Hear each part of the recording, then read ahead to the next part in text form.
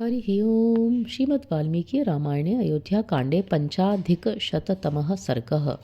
भरत का श्री राम को अयोध्या में चलकर राज्य ग्रहण करने के लिए कहना, श्री राम का जीवन की अनित्यता बताते हुए पिता की मृत्यु के लिए शोक न करने का भरत को उपदेश देना और पिता की आज्ञा का पालन करने के लिए ही राज्य ग्रहण न करके वन में रहने का दृढ़ निश्चय बताना। ततः पुरुष सिंहानां वृतानां तय सुहृत् तृणय शोचतामेव रजनी दुःखेन व्यत्यवर्तत। रजन्यां सुप्रभातायां भ्रातरस्ते सुहृद्वृताः मंदाकिन्यां हुतं जप्यं कृत्वा राममुपागमन। अपने सुहृदों से घिर कर बैठे हुए पुरुष सिंह श्री राम आदि भाइयों की वह रात्रि पिता की मृत्यु के दुख से शोक करते हुए ही व्यतीत हुई। सवेरा होने पर भरत आदि तीनों भाई सुहृदों के साथ ही मंदाकिनी के तट पर गए और स्नान होम एवं जप आदि करके पुनः श्री राम के पास लौट आए।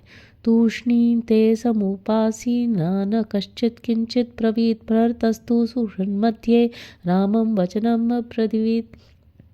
वहाँ आकर सभी चुपचाप बैठ गए, कोई कुछ नहीं बोल रहा था। तब सुहृदों के बीच में बैठे हुए भरत ने श्री राम से इस प्रकार कहा, सान्त्विका मामिका माता दत्तम राज्यमिदं मम तद्ददामि तवैवाहं भुङ्क्ष्व राज्यमकंटकम। भैया, पिताजी ने वरदान देकर मेरी माता को संतुष्ट कर दिया और माता ने राज्य मुझे दे दिया। अब मैं अपनी ओर से ये अकंटक राज्य आपकी ही सेवा में समर्पित करता हूँ, आप इसका पालन एवं उपभोग कीजिए।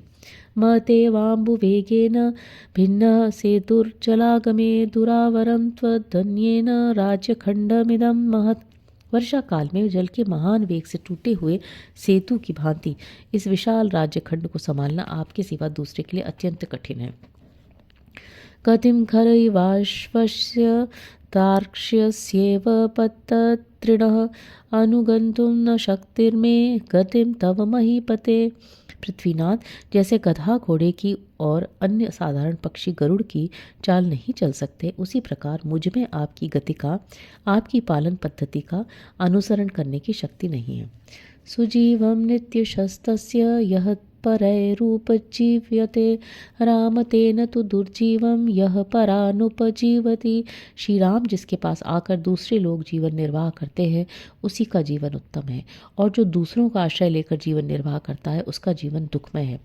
यथा तुरोपितो वृक्ष पुरुषेण विवर्धितः ह्रस्वकेन दुरारोहो रूढकस्कन्धो महाद्रुमः स यदा पुष्पितो भूत्वा फलानि न विदर्शयेत् स तां नानुभवेत् प्रीतिं यस्य हेतो प्ररोपितः। एषोपमा महाबाहो तदर्थं वेत्तुमर्हसि यत्र त्वमस्मान् वृषभो भर्ता भृत्याननशाधिः।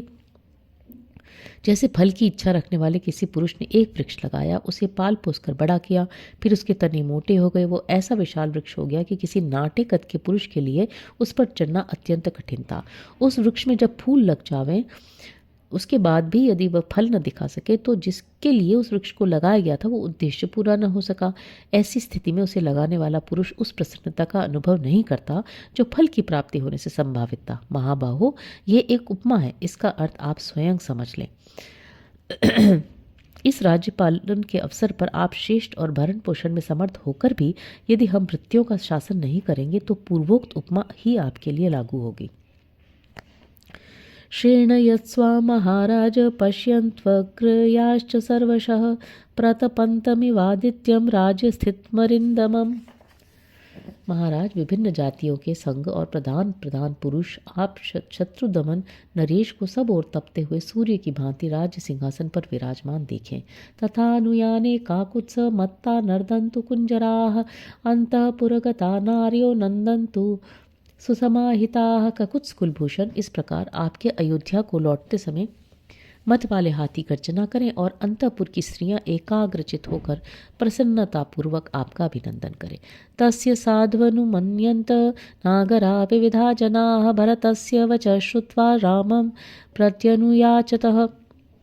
इस प्रकार श्री राम से राज्य ग्रहण के लिए प्रार्थना करते हुए भरत जी की बात सुनकर नगर के भिन्न भिन्न मनुष्यों ने उसका भली भांति अनुमोदन किया। तमेवं दुखितं प्रेक्ष्य विलपन्तं यशस्विनं राम कृतात्मा भरतं समाश्वासयतात्मवान्। तब शिक्षित बुद्धि वाले अत्यंत धीर भगवान श्री राम ने यशस्वी भरत को इस तरह दुखी हो विलाप करते देख उन्हें सांत्वना देते हुए कहा, नात्मन कामकारो हि पुरुषोऽयमनीश्वरः इतश्चेतरतश्चैनं कृतान्त परिकर्षति। भाई, यह जीव ईश्वर के समान स्वतंत्र नहीं है, अतः कोई यहाँ अपनी इच्छा के अनुसार कुछ नहीं कर सकता। काल इस पुरुष को इधर उधर खींचता रहता है। सर्वे क्षयन्ता निचयाः पतनान्ताः समुच्छ्रयाः संयोगा विप्रयोगान्ता मरणान्तं च जीवितम्। समस्त संग्रहों का अंत विनाश है, लौकिक उन्नतियों का अंत पतन है, संयोग का अंत वियोग है और जीवन का अंत मरण है। यथा फलानां पक्वानां नान्यत्र पतनाद् भयम् एवं नरस्य जातस्य नान्यत्र मरणात् भयम्। जैसे पके हुए फलों को पतन के सिवा और किसी से भय नहीं है, उसी प्रकार उत्पन्न हुए मनुष्यों को मृत्यु के सिवा और किसी से भय नहीं है। यथागारं दृढ़ स्थूणं जीर्णं भूत्वोपसीदति तथा वसीदन्ति नरा जरा मृत्युवर्षं गताः। जैसे सुदृढ़ खंभे वाला मकान भी पुराना होने पर गिर जाता है, उसी प्रकार मनुष्य जरा और मृत्यु के वश में पड़कर नष्ट हो जाते हैं। अत्येति रजनीया तु सान प्रतिनिवर्तते यात्येव यमुना पूर्णम समुद्र मुदकार्णवम। जो रात बीत जाती है वो लौट कर फिर नहीं आती, जैसे यमुना जल से भरे हुए समुद्र की ओर जाती है, उधर से लौटती नहीं। अहोरात्राणि गच्छन्ति सर्वेषां प्राणिनामिह आयुंशिक्षप यन्त्याशु ग्रीष्मे जलमिवांशवः। दिन रात लगातार बीत रहे हैं और इस संसार में सभी प्राणियों की आयु का तीव्र गति से नाश कर रहे हैं, ठीक वैसे ही जैसे सूर्य की किरणें ग्रीष्म ऋतु में जल को शीघ्रतापूर्वक सोखती रहती हैं।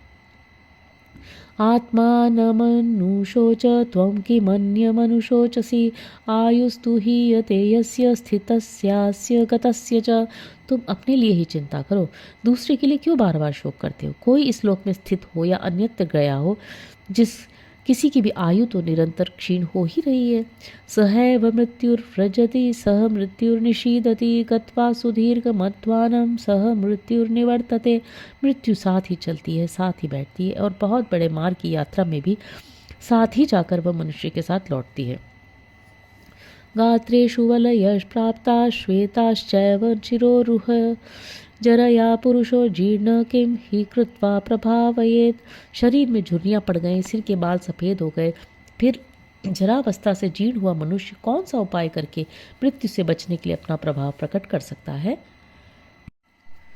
नंदन्त्युदितादित्ये नंदन्त्यस्तमिते हनि आत्मनो नावबुध्यन्ते मनुषा जीवितक्षयम्। लोग सूर्योदय होने पर भी प्रसन्न होते हैं, सूर्यास्त होने पर भी खुश होते हैं, किंतु ये नहीं जानते कि प्रतिदिन अपने जीवन का नाश हो रहा है। ऋष्यन्तु मुखम दृष्ट्वा नवमिवागतम ऋतूनां परिवर्तेन प्राणिनां प्राणसंक्षयः। किसी ऋतु का प्रारंभ देखकर मानो वह नई नई आई हो, ऐसा समझकर लोग हर्ष से खिल उठते हैं, परंतु ये नहीं जानते कि इन ऋतुओं के परिवर्तन से प्राणियों के प्राणों का क्रमशः क्षय हो रहा है। यथा काष्ठं च समेयातामार्णवे समेत्य तु व्यपेयातां कालमासाद्य कंचन। एवं भार्याश्च पुत्राश्च ज्ञातयश्च वसूनि च समेत्य व्यवधावन्ति ध्रुवो रोषां विनाभवः। जैसे महासागर में बहते हुए दो काठ कभी एक दूसरे से मिल जाते हैं और कुछ काल के बाद अलग भी हो जाते हैं, उसी प्रकार स्त्री पुत्र कुटुंब और धन भी मिलकर बिछुड़ जाते हैं, क्योंकि इनका वियोग अवश्यम भावी है। नात्र कश्चित् यथा भावं प्राणी समति वर्तते तेन तस्मिन् सामर्थ्यं प्रेतस्यात्यनुशोचतः। इस संसार में कोई भी प्राणी यथा समय प्राप्त होने वाले जन्म मरण का उल्लंघन नहीं कर सकता, इसलिए जो किसी मरे हुए व्यक्ति के लिए बारंबार शोक करता है, उसमें भी यह सामर्थ्य नहीं कि वह अपनी ही मृत्यु को टाल सके। यथा हि सार्थं गच्छन्तं ब्रूयात् कश्चित् पथि स्थितः अहं प्यागमिष्यामि पृष्ठतो भवतामिति एवं पूर्वे गतो मार्ग पितृमैत्रा महेर्ध्रुवः तमापन्ना कथं शोचेत यस्य नास्ति व्यतिक्रमः। जैसे आगे जाते हुए यात्रियों अथवा व्यापारियों के समुदाय से रास्ते में खड़ा हुआ पथिक यूँ कहे कि मैं भी आप लोगों के पीछे पीछे आऊँगा और तदनुसार वह उनके पीछे पीछे जाए, उसी प्रकार हमारे पूर्वज पिता पितामह आदि जिस मार्ग से गए हैं, जिस पर जाना अनिवार्य है तथा जिससे बचने का कोई उपाय नहीं है, उसी मार्ग पर स्थित हुआ मनुष्य किसी और के लिए कैसे शोक करे। वयसपतमानस्य स्रोतसो वा निवर्तिनः आत्मा सुखे नियोक्तव्य सुखभाज प्रजा स्मृताः। जैसे नदियों का प्रवाह पीछे नहीं लौटता, उसी प्रकार दिन दिन ढलती हुई अवस्था फिर नहीं लौटती है, उसका क्रमशः नाश हो रहा है। ये सोचकर आत्मा को कल्याण के साधन भूत धर्म में लगावें, क्योंकि सभी लोग अपना कल्याण चाहते हैं। धर्मात्मा सुशुभै कृत्स्नय कृत्स्नय क्रतुभिश्चाप्त दक्षिणैः धूत पापो गत स्वर्गम पिता न पृथ्वीपति। तात हमारे पिता धर्मात्मा थे, उन्होंने पर्याप्त दक्षिणाएं देकर प्रायः सभी परम शुभ कारक यज्ञों का अनुष्ठान किया था, उनके सारे पाप धुल गए थे, अतः वे महाराज स्वर्गलोक में गए हैं। भृत्यानां भरणात् सम्यक प्रजानां परिपालनात् अर्थादानाच धर्मेण पिता न स्त्रीदिवं गतः। वे भरण पोषण के योग्य परिजनों का भरण करते थे, प्रजाजनों का भली भांति पालन करते थे और प्रजाजनों से धर्म के अनुसार कर आदि के रूप में धन लेते थे। इन सब कारणों से हमारे पिता उत्तम स्वर्गलोक में पधारे हैं। कर्मभिस्तु शुभैरिष्टैः क्रतुभिश्चाप्त दक्षिणैः स्वर्गम दशरथ प्राप्त पिता न पृथ्वीपतिः। सर्वप्रिय शुभ कर्मों तथा प्रचुर दक्षिणा वाले यज्ञों के अनुष्ठानों से हमारे पिता पृथ्वीपति महाराज दशरथ स्वर्गलोक में गए हैं। इष्ट्वा बहुविधैर्यज्ञैर्भोगांश्चावाप्य पुष्कलान् उत्तमं चायुरा साध्य स्वर्गतः पृथ्वीपतिः। उन्होंने नाना प्रकार के यज्ञों द्वारा यज्ञ पुरुष की आराधना की, प्रचुर भोग प्राप्त किए और उत्तम आयु पाई थी। इसके बाद वे महाराज यहाँ से स्वर्गलोक को पधारे हैं। आयुरुत्तममासाद्य भोगा न पिच राघव न स शोच्य पिता तात स्वर्गतः सत्कृतः सताम। तात अन्य राजाओं की अपेक्षा उत्तम आयु और श्रेष्ठ भोगों को पाकर हमारे पिता सदा सत्पुरुषों के द्वारा सम्मानित हुए हैं, अतः स्वर्गवासी हो जाने पर भी वे शोक करने योग्य नहीं है। सजीर्णं मानुषं देहं प्रतियज्य विताहिनः देवीं वृद्धि मनुप्रासो ब्रह्मलोक विहारिणीम। हमारे पिता ने जरा जीर्ण मानव शरीर का परित्याग करके दैवी संपत्ति प्राप्त की है, जो ब्रह्मलोक में विहार कराने वाली है। तं तु नैवं विध कश्चित् प्राज्ञ शोचित मर्हसि त्वद्विध मद्विधश्चापि श्रुतवान् बुद्धिमत्तरः। कोई भी विद्वान जो तुम्हारे और मेरे समान शास्त्र ज्ञान संपन्न एवं परम बुद्धिमान है, पिताजी के लिए शोक नहीं कर सकता। एते बहुविधा शोका विलाप रुदिते तदा वर्जनीया हि धीरेण सर्वावस्थासु धीमता। धीर एवं प्रज्ञावान पुरुष को सभी अवस्थाओं में ये नाना प्रकार के शोक विलाप और रोदन त्याग देने चाहिए। स स्वस्थो भव मा शोको यात्वा चावसतां पुरीं तथा पित्रा नियुक्तोऽसि वशिना वदतां वर। इसलिए तुम स्वस्थ हो जाओ, तुम्हारे मन में शोक नहीं होना चाहिए। वक्ताओं में श्रेष्ठ भरत, तुम यहाँ से जाकर अयोध्यापुरी में निवास करो, क्योंकि मन को वश में रखने वाले पूज्य पिताजी ने तुम्हारे लिए यही आदेश दिया था। यत्राहमपि तेनैव नियुक्त पुण्यकर्मणा तत्रैवाहं करिष्यामि पितुरार्यस्य शासनम।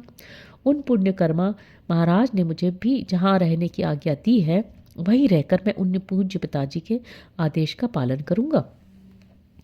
न मया शासनं तस्य त्यक्तुं न्याय्यमरिन्दम स त्वयापि सदा मान्यः स वै बन्धुः स नः पिता। शत्रुदमन भरत, पिता की आज्ञा की अवहेलना करना मेरे लिए कदापि उचित नहीं। वे तुम्हारे लिए भी सर्वदा सम्मान के योग्य हैं, क्योंकि वे ही हम लोगों के हितैषी बंधु और जन्मदाता थे। तद्वच पितुरेवाहं सम्मतं धर्मचारिणां कर्मणा पालयिष्यामि वनवासेन राघव।